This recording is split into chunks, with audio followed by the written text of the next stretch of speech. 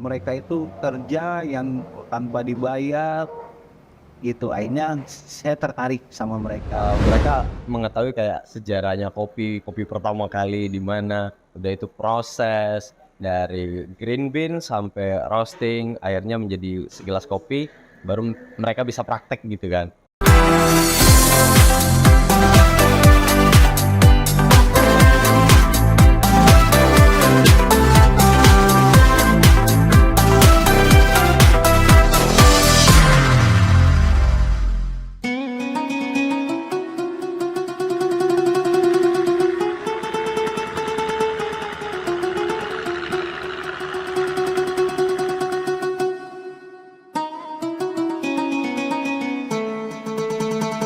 Halo Sobat YPP, jumpa lagi di YPP Corner on Location, podcastnya Yayasan Pundi Amal Peduli Kasih. Kali ini spesial dari kota Palembang.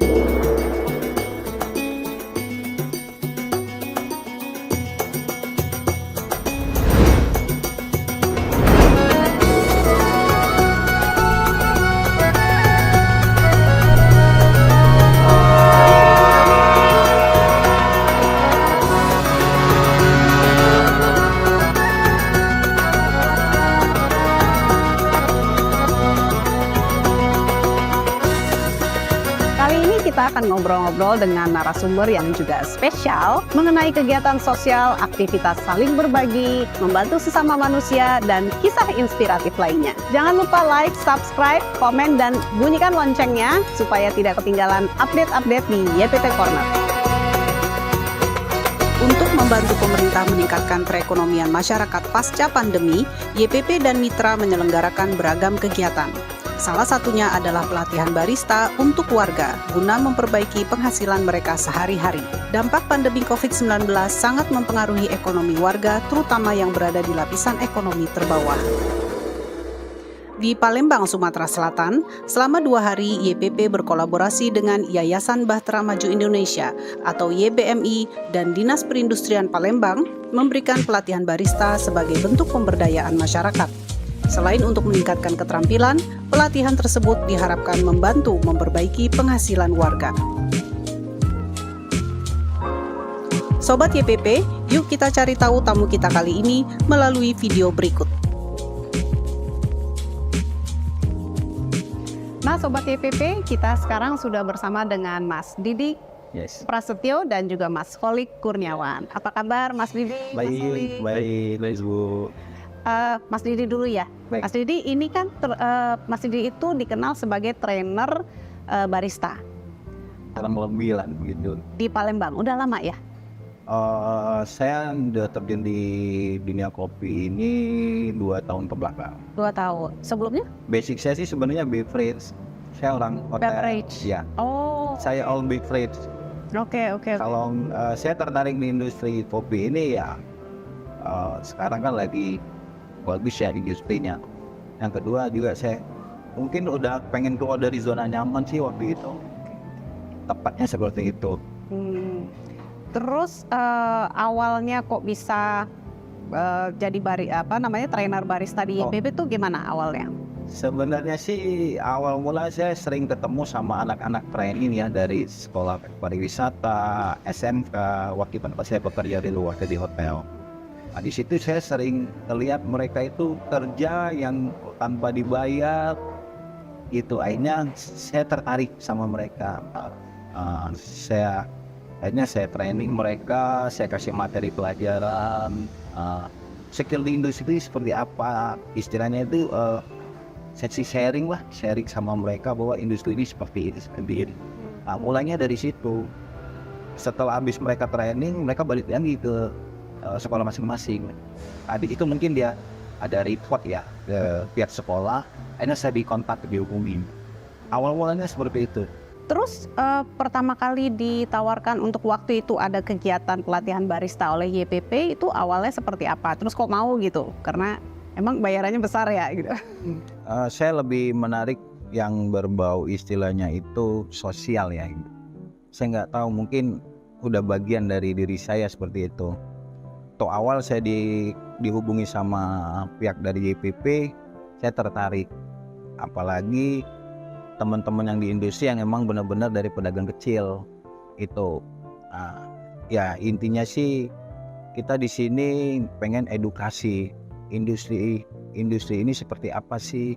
Mungkin teman-teman butuh sharing bareng sama kita.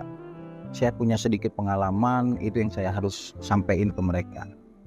Oke, sekarang ke Mas Holik. Mas Holik itu waktu itu ikut dalam pelatihan training barista dengan YPP kan ya. Nah, kalau perannya Mas Holik sendiri waktu itu apa?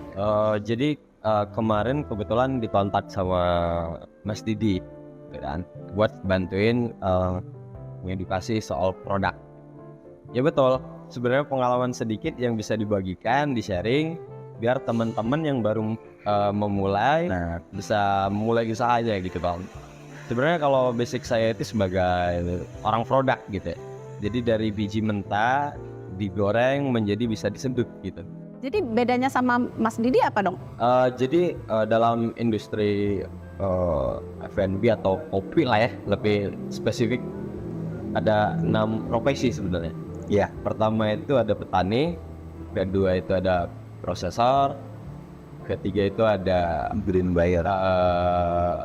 roaster, keempat itu ada cup tester, kelima itu barista, dan keenam itu sales. Nah kebetulan bagian saya ini di seorang roaster. Sedangkan Mas Didi lebih ke barista, ke inovasi, ke hilir, lebih ke Jadi inovasi. Iya. Jadi Mas Holik itu hulunya. hulu hilir ya benar. Makanya bisa pas gitu kan. Iya. Makanya setiap ada kegiatan, sebenarnya sih tujuan kita pengen industri kopi ini banyak profesi loh, bukan cuma sekedar wah barista yang bikin kopi. Wah teman-teman yang di hulu juga harus diapresiasi. Itu sebenarnya tujuannya seperti itu, biar teman-teman dan juga yang penikmat kopi juga tahu bahwa proses kopi ini panjang. Itu dari mengenal dari satu daerah, prosesnya seperti apa, di proses gorengnya seperti apa, sampailah di segelas kopi yang tersaji di atas meja. Luar biasa ya. Saya juga baru tahu ternyata ada 6 profesi yang berbeda di dalam dalam kopi itu, produk kopi itu sendiri ya. Jadi untuk peserta barista di kegiatan YPP yang kemarin itu menurut Mas Didi sama Mas Holik itu pesertanya seberapa potensial sih mereka untuk bisa memperbaiki keadaan ekonomi mereka, dan hubungan Mas Didi maupun Mas Holik kepada mereka itu apakah masih berlanjut, masih dibina atau seperti apa? Untuk peserta pelatihan kemarin YPP, mungkin teman-teman itu semuanya berpotensi, cuman mereka memang kurang akses ya. Istilah akses, gimana sih kita dapat materi pembelajaran seperti dengan adanya kegiatan yang kemarin, itulah salah satu yang menurut saya sangat positif, dan juga mereka itu sangat berpotensi untuk berkembang. Kita juga setelah pelatihan kemarin, kita nggak putus seperti itu aja. Kita lebih ngebina, kita datangin sesi sharing. Industri ini menurut saya sih ada upgrade sama update. Nah itu yang lebih kita dorong mereka, biar mereka juga teman-teman sama. Dari mereka punya pelatihan itu, mereka dapat bekal skill lagi, otomatis ekonomi pasti akan naik buat ngebantu teman-teman. Jadi tahap-tahap kalau sedang melatih teman-teman yang mau menjadi barista atau teman-teman yang mau terjun di industri kopi, itu biasanya ada tahapannya atau orang langsung dilatih jadi barista atau gimana? Boleh diceritain? Sebenarnya kalau untuk tahapan sendiri buat pembelajaran nggak terlalu rumit ya, karena lebih tujuan ke jualan mereka gitu kan. Paling nggak mereka mengetahui kayak sejarahnya kopi pertama kali di mana, udah itu proses dari green bean sampai roasting, akhirnya menjadi segelas kopi, baru mereka bisa praktek gitu kan. Kalau buat tahapan simpelnya gitu sih. Mas Didi itu kan kabarnya lulusan perhotelan ya, masih oke lah, masih nyambung ya, lulusan perhotelan, terus pernah kerja di restoran besar, terus sekarang jadi pelatih SMK, tapi gratis. Benar. Nah, sementara Mas Holik lulusannya backgroundnya Hukum. Hukum S1. Nah, kenapa tiba-tiba terus jadi trainer juga di dunia perkopian? Ini bisa diceritain kali satu-satu. Mas Didi dulu mungkin. Saya emang dari lulusan perhotelan. Awal mula sekitar 2005-an saya gabung di salah satu hotel di Palembang. Opening kisaran 17 tahun sih udah berkarir di hotel. Mungkin udah ketemu titik zona ya.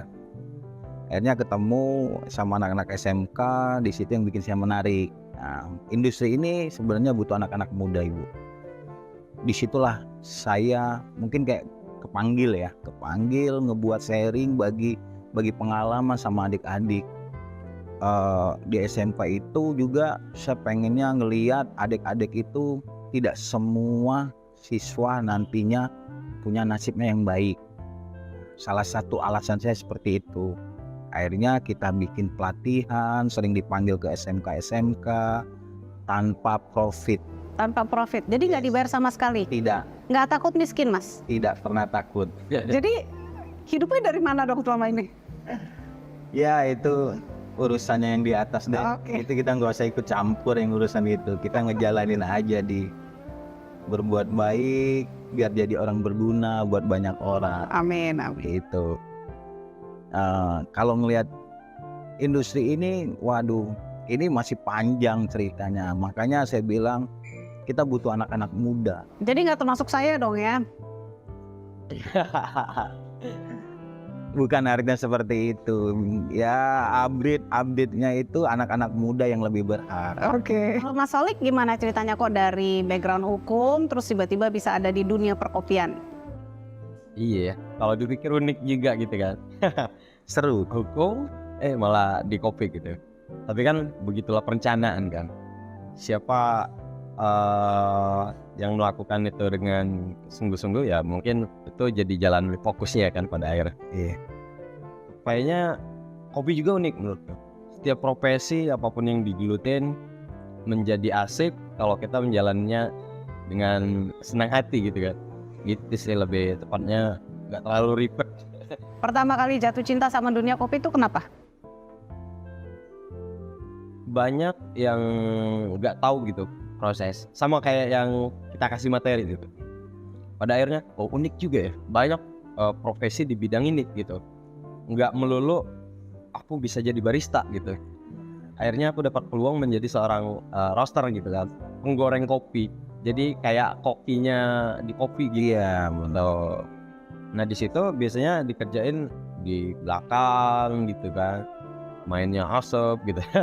Tapi asik sih itu, asik.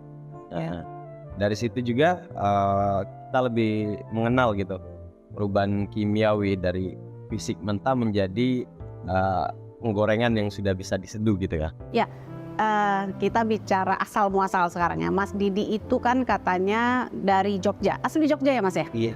Oh, berapa tahun di Jogja terus baru ke Palembang? Kalau saya sih lahirnya di Palembang. Kebetulan saya ada 5 bersaudara, saya yang paling bungsu. Bapak pindah di sini, akhirnya kita semuanya ke sini. Oh, oke. Asli Jawa, ibu saya itu benar-benar Jogja, bapak saya juga asli dari situ. Cuman lama di sini, akhirnya ya. Memang lahir dan besar di sini. Iya, turunan Jawa aja. Turunan Jawa. Oke.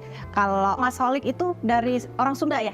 Iya, Sunda. Nah, bisa diceritain Mas kenapa orang Sunda tiba-tiba berkarir di Palembang? Sebenarnya kalau lahir ya emang di Palembang kecil gitu. Tapi emang orang tua asli sana semua kan. Jadi perantau gitu ke sini. Sundanya Sunda apa Mas kalau boleh tahu? Daerah Kuningan. Kuningan. Kuningan. Oh, oke. Jadi kalau bapak Kuningan, ibu Bandung. Sering pulang kampung? Kalau dulu sering setahun kali gitu kan. Pamali kalau nggak pernah pulangnya. Oke. Jadi sekarang berkarir di Palembang terus ya? Iya, benar. Mas Didi sama Mas Solik mungkin punya tips untuk teman-teman di rumah yang mungkin punya ketertarikan untuk membuka usaha kopi, buka warung kopi atau kafe barangkali. Silakan Mas Didi dulu. Oke. Tips untuk teman-teman nih yang mau berbisnis di industri food and beverage. Food and Beverage ini sangat menarik. Jangan pernah takut, industri ini bisa membawa kita keliling dunia dan jauh lebih berkembang. Mas Kholik? Kalau tipsnya memulai, karena tanpa memulai kita tidak pernah tahu hasilnya gitu. Baik Sobat YPP, sepertinya kita harus mengakhiri perbincangan ini karena Mas Didi dan Mas Kholik itu orang-orang yang sibuk ya. Mereka berdua adalah orang-orang yang sudah sukses di dunia perkopian. Jadi mungkin sebelum berpisah nanti, sebelum podcast ini diakhiri, boleh ya nanti share untuk teman-teman di rumah bagaimana membuat kopi untuk ala-ala di rumah aja, tapi rasanya rasa barista, kopi-kopi barista gitu. Oke, boleh ya, Mas ya? Baik. Begitu ya teman-teman, berakhir sudah perbincangan kita di YPP Corner on Location di Kota Palembang bersama Mas Didi dan juga Mas Kholik. Kita jumpa lagi, jangan lupa like, share, komen, dan bunyikan loncengnya. Dan anyway, untuk kamu-kamu yang ingin memberikan usulan topik apa kira-kira yang menarik untuk bisa diangkat di YPP Corner, silakan tulis di komen ya. Oke. Bye-bye.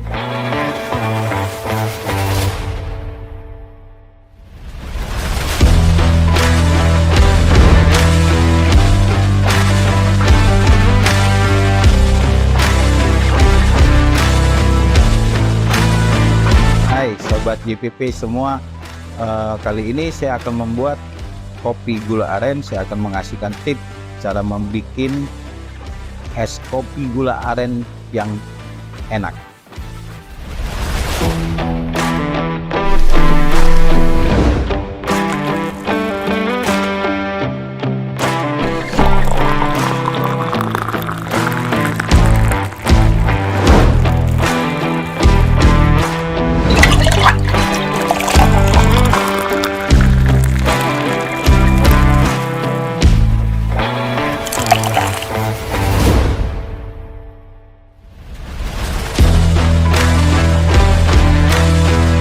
Oke, Sobat YPP, inilah salah satu contoh es kopi gula aren yang mana bahan bakunya teman-teman bisa dibuat di rumah.